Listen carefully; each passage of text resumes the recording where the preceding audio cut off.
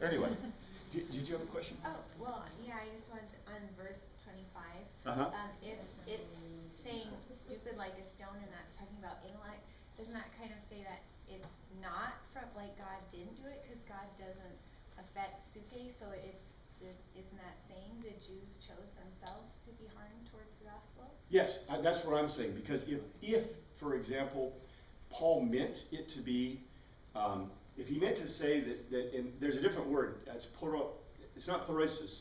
Porosis is a Greek euphemism that means like stupid like a stone, but there was that other word we had, phoremio, whatever it was, that he said cardia, phoremio cardia, in other words, you hardened your heart. He used that specifically, but you see, what do? Our translators did it for us. What did they do? They took two distinct Greek constructions and turned them into a similar English construction. That's why I said they took Greek euphemisms and turned them into bad English euphemisms. And when we read it, we don't get the cultural difference. And they basically took the cultural difference. And you know how you take a rag and you wring out all the bath water? The cultural differences are all the bath water, and they took it and wring it out for us and held it up. And it's kind of damp. So you can still see the traces of the cultural influence in there, but they took them out, right? That's so you're not confused, I guess. I don't know. But very good. Well, I was just mentioning that because he was saying his translation sounded like, like it was actually God doing this for a time to accomplish but his I purpose. was saying the Greek sounds like it wasn't. Yeah, because this until the fullness of the Gentiles, that's not really in the Greek. Well, let's go to 31 and see. I do not like the way that the whole last part of Romans is translated, okay? The whole last part, I would retranslate this completely, and I'm going to show you why, and you're going to see why. In 31 it says, so they too have now become disobedient. And it's not disobedient, it's apitheo. You guys know what apitheo means, right? Apathy. No? Indifferent? Pitheo means, this is pistis. Persuasion. Persuasion. Without persuasion. Yeah, not persuaded. So it's not, they haven't become disobedient. They're what? Not listening to the argument. They're not listening to the argument. They're not persuaded by the argument. You know, this is, in my opinion, this is a deliberate mistranslation of the Greek. They're not disobedient to God. They haven't been persuaded. Right? And even though Paul's told them and other people have told them, etc., they're still not persuaded. And the whole point of Paul's gospel, well, not Paul's gospel, the whole point of the gospel, Paul just had to be writing this, but the whole point of the gospel is to what? To persuade. To persuade. Right? Jesus, we're not persuading people that Jesus rose from the dead. He rose from the dead. That's a historical fact in the view of this world, of the ancient world. And I think historical fact, period, dot. Okay? I think it can be proven, as well as anything can be proven historically. So Jesus rose from the dead. The point isn't whether I persuade you that Jesus rose from the dead, but what am I persuading you? He did it for a reason.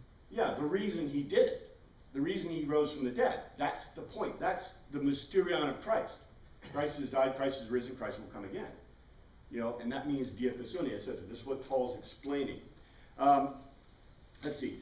31. So they have now become apatheo, not persuaded, in order that they too may now receive eleos, compassion, as a result of God's mercy, compassion to you. Okay, this should be so obvious. It is not obvious in the English, but it's so obvious when we translate the word apatheo. In other words, what is Paul asking them to do, or telling them to do?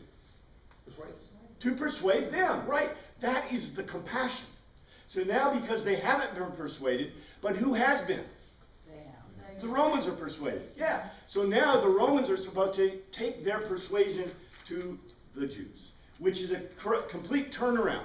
Because remember at the very beginning, when we talked about this, I told you, these guys were God seekers. So they were going to the Jews to seek God, right? Because they thought that the Jews held all the knowledge. And Paul is telling them throughout Romans that, do the Jews have all the complete knowledge? Teen Hodos does, but not the Jews that he's talking about. And we're in 12. All right, now, this is a very important verse. I love this verse.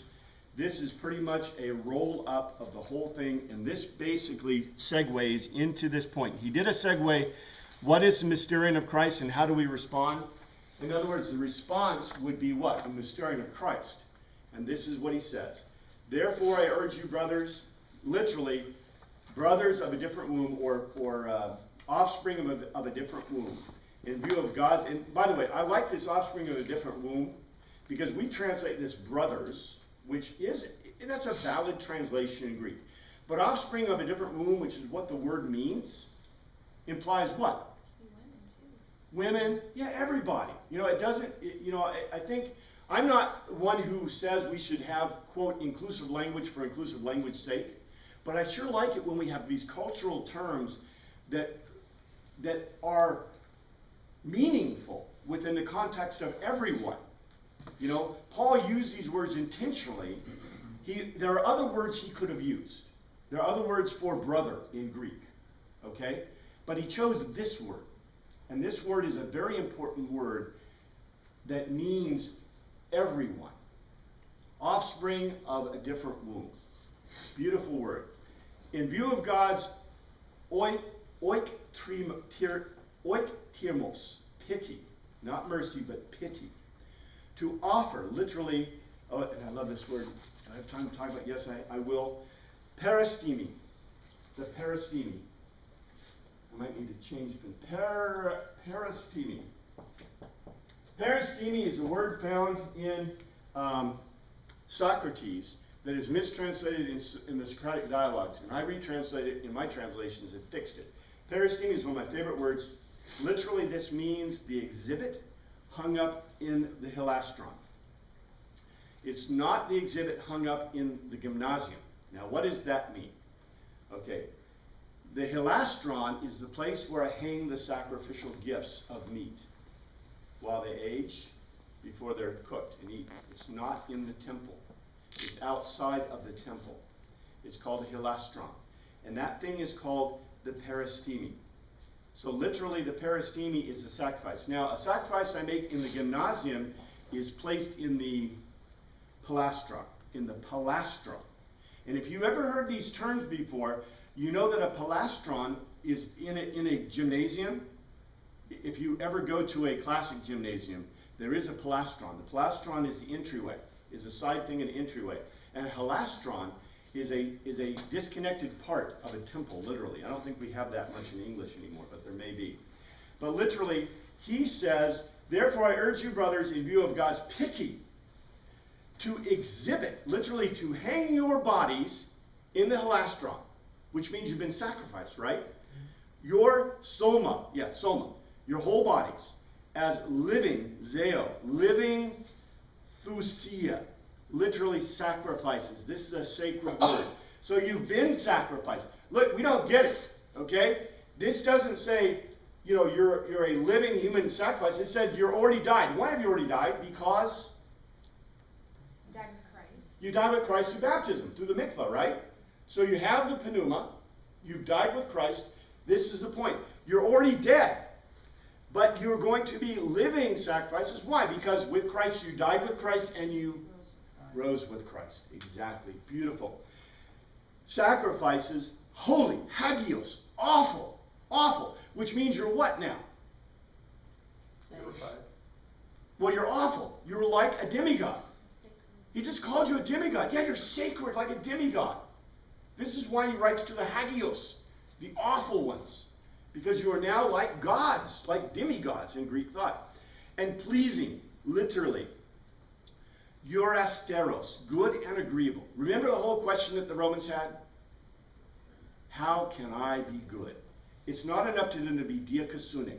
How can I be good? And Paul just said that if you do this, you are, and he just wrapped up baptism, he wrapped up all the theological things we've talked about, not theological, all the historical, cultural stuff that he talked about to them, right? He's wrapped it up in a single point here. He said, then you will be erasteros, good and agreeable to God. This is your, and I love this. It does not say, how many Bibles say spiritual act? It does not say that in the Greek at all. This is an absolute deliberate mistranslation. It uses the word logikos. Logikos. Remember what logikos is? I gave it to you word of the day last week, I think. Rational. Rational. This is your rational, logical act of worship, of literally latriare, ministration to God. I think this is horrible, because in the NIV, they took the word and made it spiritual when it has nothing to do with spiritual. Logikos has nothing to do with spiritual. Logikos is as far from spiritual as life is from death. It is irrational to use the word, to translate this word as spiritual. So it is not your spiritual act, it is your rational, logical act. Why is it a rational and logical act? Because why is it rational that you would die as a sacrifice and then be resurrected? Well, if you've accepted the argument. If you have accepted the argument that Christ died for you and was resurrected for you, and you are a ikeia, you are a icon, a image of Christ, dying and being resurrected. That's the whole point. The reason why it's rational is this whole process is through the thinking process. Exactly. It is irrational because you've accepted the logical argument. Not the argument that Christ rose from the dead, because that is patently true as a fact. You know, it's irrational not to believe in a fact. If I say, I believe that Christ rose from the dead, that's irrational in English. Because to believe is what? Makes it what? It's faith. And Paul's not talking about faith. There's no word for faith in here at all. See? It's not a question of faith. It's a question of not of belief, but being persuaded that that means something. Because he rose from the dead no matter what you believe. See? This is what the irrationality of our culture has become amazing to me. Even in church. You know, whether you believe it or not is okay. Christ rose from the dead. See? That should be the announcement to everyone. We don't care what you think. We know Christ rose from the dead. It's not a question of belief. It's a rational question. Right? It's rational. And anyone who doesn't believe that is what? It's irrational. Yeah. It doesn't take much to believe in a fact. Right? Anyway, I just love the way Paul writes this. This is such beautiful Greek. It is really powerful, beautiful Greek. It seems to kind of delineate the place that faith has is after all of this. Exactly. The point of faith is, you know, and I don't like, have we seen the word faith anywhere? We've always seen pistis and pisteo, which means to be convinced. And I really think that if we want to get back on track in the world, that's what, you know, what we've taught our young people is it's a question of belief. What we've taught our old people is a question of belief. But what does Paul teach? It's a question of logic. It's a question of logic and rationality. And we've gotten away from that. You know, we've missed the boat on that. And once we get back, you know, if we ever get back, I mean, maybe we'll just be a small group of people, you know, it's not the believers, it's those who are convinceders. Right? I don't know. I hate that we take great words in Greek and mistranslate them, misuse them. I got to do two. Do not conform. Literally, do not conform any longer to the pattern. It's literally sushimazeno, to fashion alike. Do not fashion alike of this age, aeon, this age, but be metamorpho, transformed by the renewing, literally anakasios, make new of your mind, your nous, your intellect, your thinking. Then you will be able to test, literally dokimezo, to test and approve what God's will is. His agathos, his good, pleasing, erasteros, the same word before, it's good and acceptable, and perfect, teleos, complete will. So in other words, here's a wrap-up of the question the Romans had. How can we be good? Paul says, if you do this stuff, if you think this way, basically, if you made yourself the rational argument, you were convinced, then that's it. That's the answer to the question. That's it. And I love that. That's just beautiful. Now I'm going to move on. I want to go to, let's see, got to run through this because the one I want to get to, there's all kinds of really good stuff in here, all right. but it all supports the points that we've been making in terms of this persuasion point. But the one that I want to get through to is, okay, right here. Go to Romans 13:1. Probably the most grossest mistranslation there is. This is preached on all the time and really irritates me. Let's see what you think about this. Literally it says in 13:1. It's not everyone. The word is pa. And I have not given this as a word of the day in a long time, but anyone remember what pas means in Greek? It means the whole. It doesn't mean every one, every person. It means the whole of. In other words, the cosmos, everything. The whole suke. The word is suke. The whole suke must submit. Hupatasso, the himself is added. Literally, hupatasso. Order, arrange orderly. Okay? To the huper echo. Hooper echo. Hooper echo. All right, now let's think about this for a second. What kind of society do the Romans live in? What's their culture and society? Lawful? Very lawful. Oh, that's beautiful. Let me get another color. Let's see if I can use one of these colors. They're very lawful. Lawful. Matter of fact, they're lawful to a T, right? They invented. You know, they pretty much invented the idea of law and following law, etc. So they're very lawful. What kind of subjugation do they have to their authorities, their emperor and their legal authorities and their what kind of society are they? You know, what's a word? There's a word for this type of society. Say hierarchical? What's that? Hierarchical? They are hierarchical, but there's even a stronger one. The ones that the women supposedly hate. Submissive. Not submissive, Paternalism. but patriarchal. Patriarchal. They are a very strong patriarchal society. Okay? Very strong. Lawful and patriarchal. All right. Now here's the big question. Do I need to tell Romans to submit themselves to their legal authorities? Okay, to do so would be idiocy. This is just like, do I need to tell the Greeks to, let's see, what's the example I used before? Do I need to tell the Greeks to beat their wives? What's that? You used the example before. Do you have to tell the Greek women to be submissive to their husbands because they already are? Right. Yeah, exactly. And that's the point I was trying to make. You know, do I have to tell a Greek husband not to beat his wife? I'm talking about ancient Greeks. Okay, so modern Greeks, it's all right. But an ancient Greek husband thought that he should beat his wife, you know, just like a Muslim guy today thinks it's great to beat your wife. I mean, that's just what you do, right? Paul told them not to beat their wives. In other words, I never had to tell a Greek woman to be submissive to her husband because he was beating her all the time, you know, to make her submissive. I mean, they never thought of anything different. They were locked in gynoeciums, for goodness sakes, right? So would anyone in their right mind tell a Roman that you have to obey the authorities? No. What authorities? Okay, when I say it's not authorities, it literally is overholders. Now let's go a little further because I think this will get it for you. And it says literally, everyone, pa the whole, everyone, everything, must submit themselves, and not themselves, it's the mind. Submit the mind.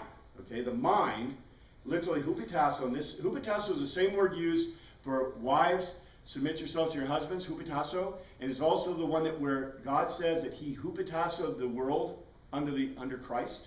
And this is the word I tell you that means for, you know, husbands to, it doesn't mean for wives to submit, it means for husbands to give to wives the power of their households. But anyway, that's another whole argument. Let's just go on here.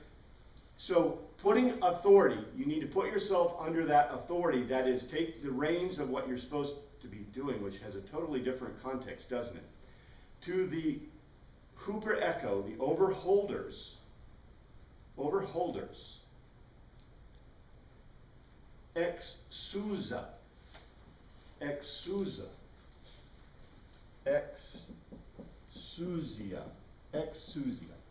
The reason I put this word up here, exousia, What does that word sound like to you? Exousia. X is out of. What word does that look like in English? Excuse. Well, if I'm talking about authorities, what does that word look like? Execution. Execution, exercise.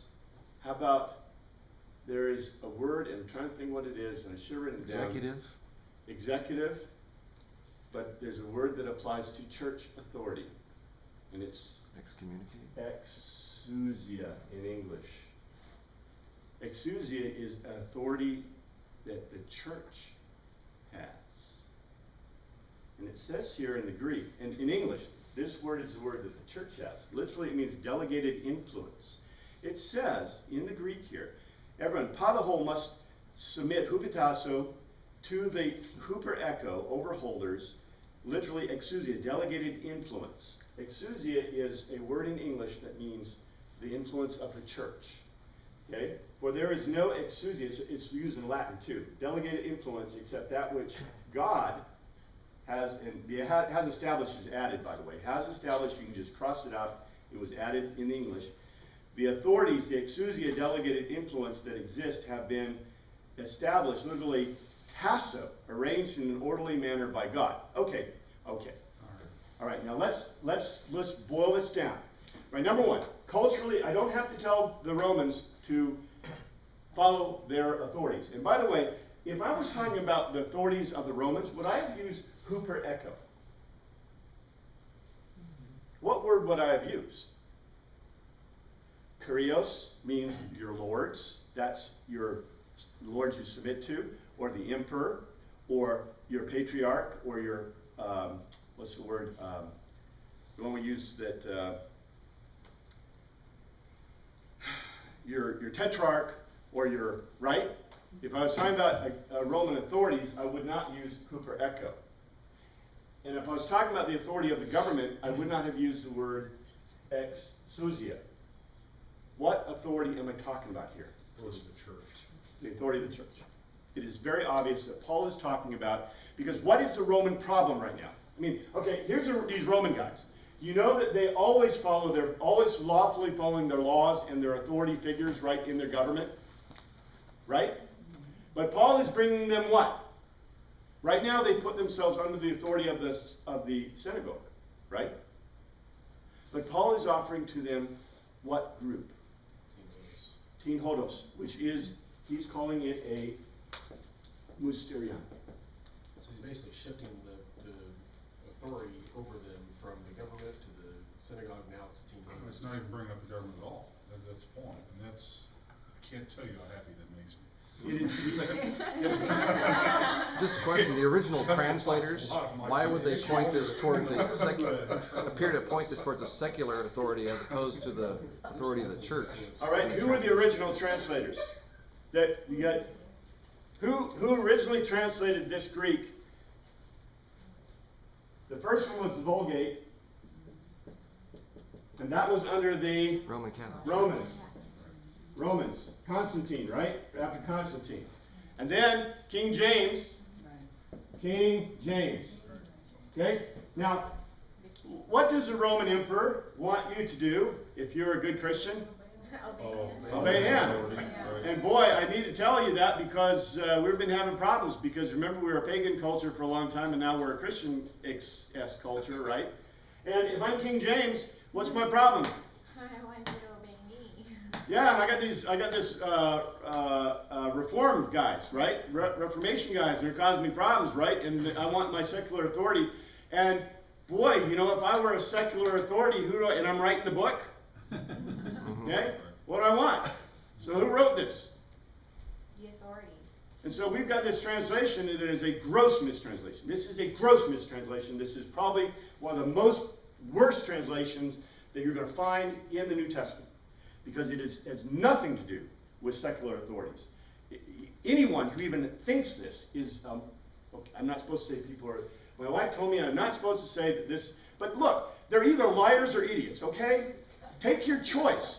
You know, they either know and they're not going to tell you, which is lying, right? Or they're so stupid they don't know. This cannot be translated as the Roman authorities of their government. There's no way. And the following verses make it even more obvious. You know, if you look in 2, go to 2. Gotta get through all my notes here. 2. Consequently, he who rebels against, and the word is, okay, the word is anti-pesomai, literally arrange oneself against. The exousia, the delegate, the arrangement, the delegated influence of the what? No, not the government, the church. Of the church, of Tin Hodos. And it's not church here. It's not, there is no church here. Right? What's the word for church, by the way? Ecclesia. Ecclesia, right. It's not the church here we're talking about. It's Tin Hodos, which looks like a mysterion. Right? So, consequently, he who puts himself, arranges himself against the exousia, delegated influence, is rebelling, literally antitheming, stands against what God has instituted. The arrangement. The arrangement of what? Tin Hodos. I don't have to tell Romans that they have to follow the laws of their Roman Empire or of their emperor. I have to tell them that they have to follow what? This new thing called Tin Hodos. Yes, ma'am. Does it kind of get confused, like in verse 4, why people would think secular? Because verse 3 is talking about, you know, it's for leaders are not a source of fear, those who are good, but those who are evil. And it says, do what is good, and you all praise for them. And it says, but if you do evil, in verse 4, you know, be afraid, for it is not without reason that he carries the sword. Well, let's get there. Is it the church that carries, that wields the sword? Let's get to those words and see what they mean. Let me finish 2 really quickly here. But hold that in mind, because I'm telling you, when they translated this is a gross mistranslation, an intentional mistranslation. And it was mistranslated intentionally by the Roman authorities to make you submissive, because they want you to be submissive to the government, right? And King James kept it going, right? And there's no reason why the church doesn't want you to be under control. I mean, Hitler wants you to be under control as a good Christian to his authority, right?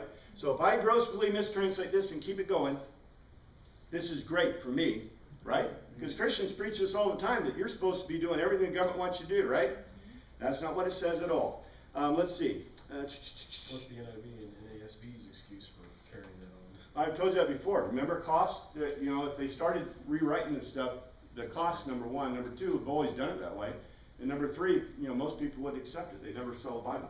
Okay, look what it says in 3. For rulers. And the word is archon. Archon. All right. Does anybody know where archon is used everywhere else and translated everywhere else in the New Testament? Archon means the first. First. Who is the archon? Christ. No, sir. The high priest. High priest. The high priest is the archon. And it could be applied to Christ, but they didn't caps it, so why did they not caps it? I don't know. And why did I say the rulers when it's the archon? And everywhere else they've translated this either high priest or Christ, which is correct. It's either high priest or Christ. For archon, at first, usually apply the whole phrase, hold no phobos, no alarm for those who do right. And by the way, for those who do right is added. The word is hold no phobos, agatha, for good work. It does, for those who do right is added, that's all added. It literally says, for archon, hold no phobos, terror or alarm, for good work. So if you do good work, you don't have to worry about the high priest. Let's see, hold that in your mind for a second here. But those who are added, that's added, literally kakos, the worthless. The worthless,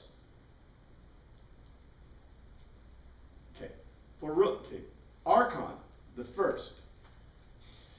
Phobos, holds no phobos for good work, but for those who are worthless. Literally, that's what it says, but for those who are worthless.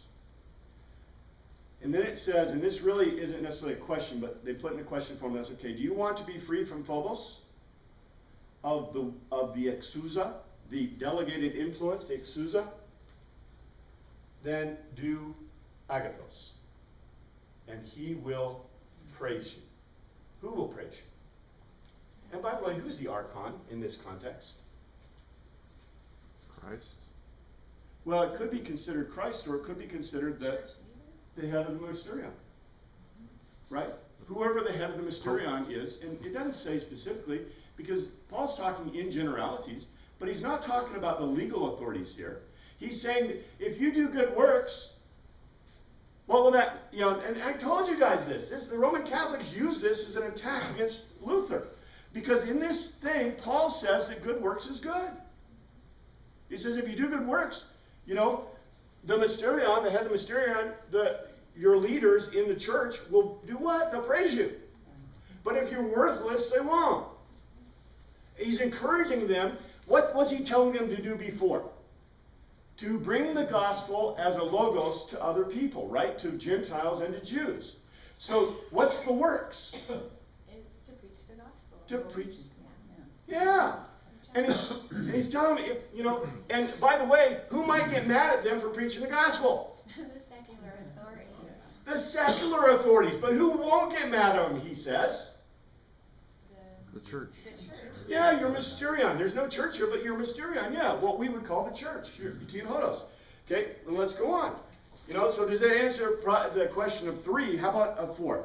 For he is God's servant. By the way, for he is God's diakonos. Now look how I mistranslated this on purpose. I just translated a word. What do we translate diakonos as everywhere else, pretty much? Righteous. Deacon. Oh, deacon? Deacon. For he is God's deacon. Who is God's deacon? Everybody. No, the archon. The leader of the church. The leader of the church.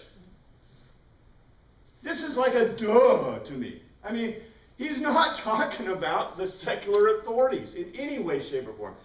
For he is the deacon. For he is God's deacon. This really takes, I don't know.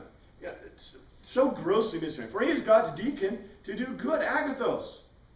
But if you're worthless, be troubled, be alarmed. For he does not bear, for real, have a burden of it's not sword. The word in Greek is makara. Makara.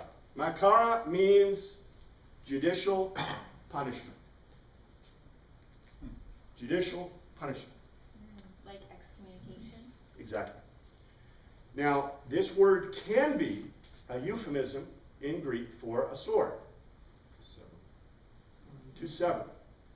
So what they did is they took a euphemism in Greek and did not use a euphemism in English, did they?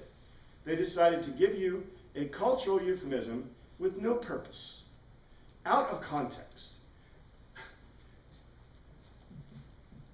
And by the way, in a mysterion, and these guys understand mysterion, the archon, who is the head of the mysterion, has pretty strong powers. As a matter of fact, we give our priests the same powers as the mysterion. It's called the keeping of the keys, right? They're supposed to be able to cut you off and excommunicate you from the church for not doing the right things. It ain't a sword. It's not chopping your head off. So essentially, this is all saying that you need to obey the church over and above the secular authorities when they're in conflict. Bingo. Be well beyond. Matter of fact, Paul doesn't even talk about the secular authorities in this comment at all. Which is basically backed by everything else in the Bible where, like the apostles said, we must obey God rather than man, or even in the Old Testament, like when Daniel wouldn't obey the king. Bingo. Well, let's even go further because it even is clearer. It says, he is God's deacon. He's God's deacon. Diakonos, deacon. And edikos, a bringer of justice, of orge, of wrath, to bring punishment on, literally, preso, repeatedly performing the wrongdoer, the kakos, the worthless. Now, if we translate and put deacon in here, where it's diakonos, just like we do everywhere else in the New Testament, we wouldn't have any problem, would we? Yes, sir. Like in Middle Age times, kings and rulers were considered to be an officer of the church as well. They kind of blurred that line there. They were considered to be deacons of the church and the authority over the church, so that you couldn't question it either way, because either way you go, you're going to end up pointing at the king. I would argue that they had a better hold of the scriptures than we do, because at least they understood them. Enough to know how to manipulate it. Well, enough to know that you call, if we call a bummer, our deacon, then you might be able to argue that you should obey the secular authorities. But, I don't know what that guy believes. You know what I'm saying? I believe in separation of church and state. Yeah, I expect. Gives us the out, I right? guess. King James didn't believe in separation of church and state, so maybe that would be a better secular authority to follow. But he wasn't. He was an ecclesiastical authority, right? King James was an ecclesiastical authority. The Church of England is connected again with the government. It's the official state church. Bingo. And every state in the United States had an official state church and was legal under the Constitution. Yeah. Anyway. Still Paul finds a way out from under that, because he's saying, no, it's not even them, it's Teen Hodos. Well, let's see what he says in 5. Therefore, it is necessary to submit, hupeitasso, orderly arrange yourself to the authorities is added. It is necessary to orderly arrange yourself, not only because of possible punishment, but also because of conscience. Literally, synodesius, to see together. It's not punishment, it's not conscience, it's see together. In other words, why is this archon having any rulership anyway? To help do what? Create order. To have order in what you're doing. Exactly. That's, literally. This is also why, literally, I gotta hit this. To end, teleo. Teleo, you pay, it's not taxes. It's phoros. Phoros means a load, and it can be considered a tax. For the public servant. However, the word is, and I gotta tell you this before we go, the word is torgos, lia torgos. This word is translated everywhere else in the New Testament and means temple authorities. The temple authorities are God's servants, is added, who give full time, proskerto, diligent at governing. Okay. What is the load that they are paying? Tithe, I would assume. The cost of the church's expenses and. I'm going to get it to you this. Stick around for just a second. Remember, what were they doing in Jerusalem? What was the church doing? They were sacrificing. They were sacrificing every day. It took lots of money to buy the animals to sacrifice every day to get to the Thanksgiving sacrifice. Because in Jerusalem, the church believed that they had to get to the Thanksgiving sacrifice. They did it every day. Paul continually asked the church outside of Jerusalem to give money for what? It's not for widows. It's to support the sacrifices of Teen Hodos in the temple. And so what Paul is asking them to do is not pay their taxes to the secular authorities, but rather to pay their taxes to the church or the temple. the temple taxes. And that's why he uses this word specifically. The servants are not public servants. They are the servants that are functionaries of the temple. Because the point is to pay these taxes, they're temple taxes. They're monies that are asked by Paul so that Teen Hodos can keep doing the sacrifices. Because Teen Hodos kept doing the sacrifices until when? The destruction of the temple. See? So this is a critical cultural understanding. We missed the point. And anyway, if you want to look at the rest, look at the rest. Look at the word mystery, mysterion, because Paul's whole point to them is to follow the mysterion. And that is his whole thing. He sets up for them the mysterion. And if I had time, I'd give you a whole lesson on mysterion so you can see the direct constructions or parallels between mysterion, because that's the conclusion of Romans. Is the final end is this mysterion, which is based in Roman and Greek mysterions. And so follow that, follow this diakonos that he's put in charge of you, and everything will be agathos. Everything's good for you. Thank you, Father, for your word. We pray that you look after us. We thank you for this Romans, and we pray that you will continue to bless us this week. In your name we pray, amen. Next time we'll do, we're slated for Isaiah.